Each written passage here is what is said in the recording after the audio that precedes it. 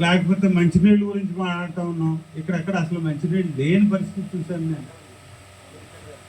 8 ట్యాపులు ఎన్నో ఉండేయండి ఇక్కడ. నేను మొన్న ఎలక్షన్లో చూసినప్పుడు నేను చాలా ఇబ్బంది పడ్డారు. మంచినీళ్ళు కూడా ఇవ్వలేని పరిస్థితిలో ఏమిటి ప్రభుత్వం చేసేది? తప్పనిసరిగా చేయాలి.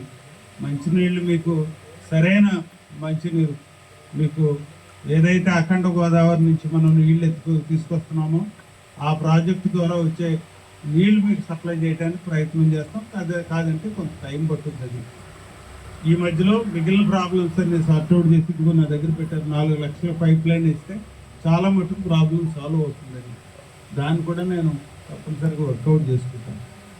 మీ గ్రామానికి సంబంధించిన ప్రతి విషయాన్ని కూడా సరైన శ్రద్ధతో సకాలంలో చేస్తానని చెప్పి మీకు అందరికీ కూడా హామీ ఇస్తూ ఉన్నాను. ఎవరైనా మాట్లాడితే క్లోజ్ చేస్తారు. సో మరి అందరూ భోజనాలు లేవని కనపడుతుంది నాకు ఇక్కడ. సో